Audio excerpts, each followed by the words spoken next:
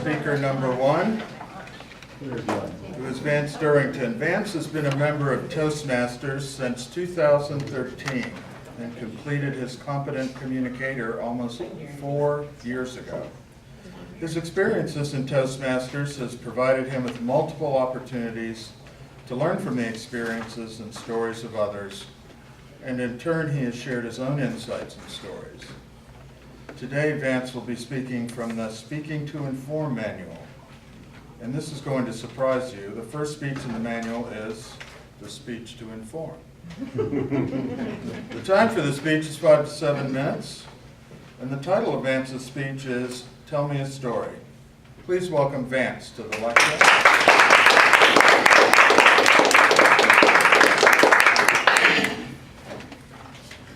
How many of you are familiar with the show American Pickers? It's on the History Channel. Has these two guys, Mike and Frank, and they're out looking for rusty gold. Junk that has value.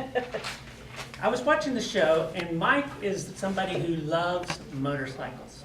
And Frank, who's usually with him, wasn't with him this time because he had a bad back, don't we all, and was back in the hotel.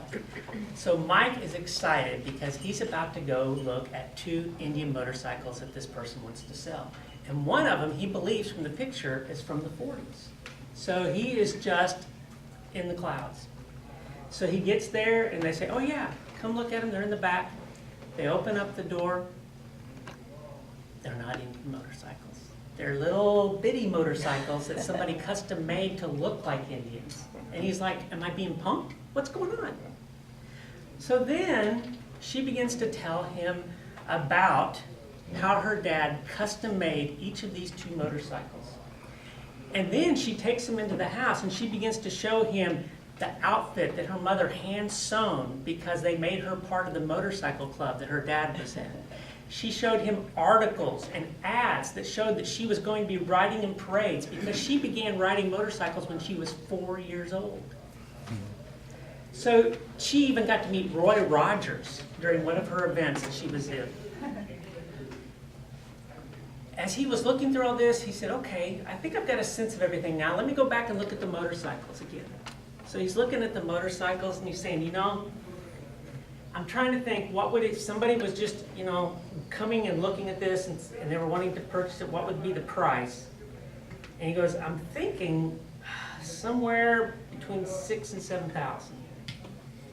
He said, but with your story.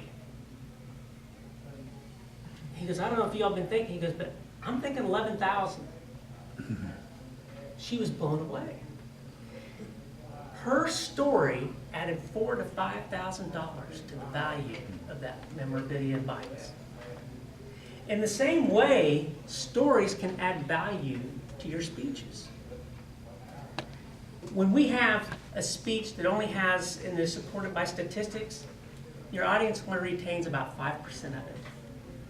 If you use pictures to support the statistics, it goes up to 25% that they'll retain. Just remember a quarter of what I heard. If you have a story that supports and informs, they will remember and retain 65 to 70% of the information that you're presenting. Andrew Stanton, who was one of the creators of Toy Story, said it best. He said, stories make us care. So I want to talk about a few things, 3 things I think you should consider when you're putting together a speech. The first thing I would mention is that you need to know what the purpose of the speech is, and your story should align with that purpose. Now my son, he has been going back and forth, and he has these clinicals, so he's gone for like 5-6 weeks at a time. And he also has this little dog, Aubrey. And so during this time that he's away, we get to take care of Aubrey, which is a wonderful thing. I found out to my wife, this is like a needed thing, because this dog will jump up on the bed with her and cuddle with her, and she loves this dog. In fact, I didn't realize how much she loved this dog until the dog was no longer with us. And then my wife decided we needed to adopt another dog. No, we don't, but yes, we do. So we went, we looked, and not just any dog. We needed a puppy, which is like a whole nother dimension of dog. So we go through this adoption process, we fill out applications, which is like more rigorous than I had when I had to apply for a mortgage for my house. And we get Sassy. Sassy's wonderful. She's not potty trained yet, but she's still wonderful. But I was watching Sassy one day, and I put together this rope with just knots in it, and she's playing with that rope and throwing it around her and trying to bite different parts of it and lay it on herself, roll around. It was hilarious. She's like 5-10 minutes she was doing this, and I'm thinking, you know, dogs are just so easily entertained. And then it dawned on me, I've been sitting there watching this dog play with the rope for 5 to 10 minutes. I'm like, yeah. So I tell you this story, and you think, what is the purpose of the story? How does it tie to the point I'm trying to make? It doesn't. It has no use whatsoever for this speech. It has no purpose. If I was wanting you to adopt a dog, yes, but I'm not trying to get you to adopt a dog. So that story would not be useful. So this is why we go to the American Picker story to start. Now the second thing we want to think about is our audience. I had an interview one time at a Midwestern university. And during that interview, part of the process is to do a 30 to 45-minute presentation. During that presentation, I had come up with a great video. It was a great way to illustrate how we always are learning new technologies. Really funny, it was perfect. As I was greeting people as they were coming in, I noticed 2 people coming in together. One of the 2 was visually impaired. I'm starting off with a video.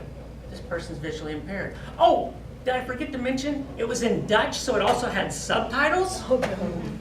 Disaster. I'm sitting here trying to describe the video, read the subtitles. It did not go well. So the next interview, I knew who I was presenting to. The third thing I would mention is make sure you do your research. I still remember to this day, on the Today Show, Martin Short was promoting his movie Madagascar. Kathy Lee Gifford was one of the interviewers, and she's just gushing about Martin Short's wife and how much she loves Martin Short's wife. The problem with that is that Martin Short and his wife had not been together for 2 years. And the reason behind that, his wife had died of cancer. Martin Short was very gracious, never said a word. But at the commercial break, Kathy Lee Gifford was informed of this faux pas, and she immediately apologized to anybody she offended, including Martin Short. In fact, she was so distraught over it, she even made sure she tweeted out at Martin Short her apology. The problem was, Martin Short doesn't have a Twitter account. He doesn't do social media. So there's 2 things where she could have done her research and done a much better job. So these 3 things I would tell you to keep in mind. Make sure you know your audience, the purpose, the research. There's a Native American quote that says, "Teach me and I'll learn. Tell me the truth and I'll believe. Tell me a story and it will live in my heart forever." Thank you.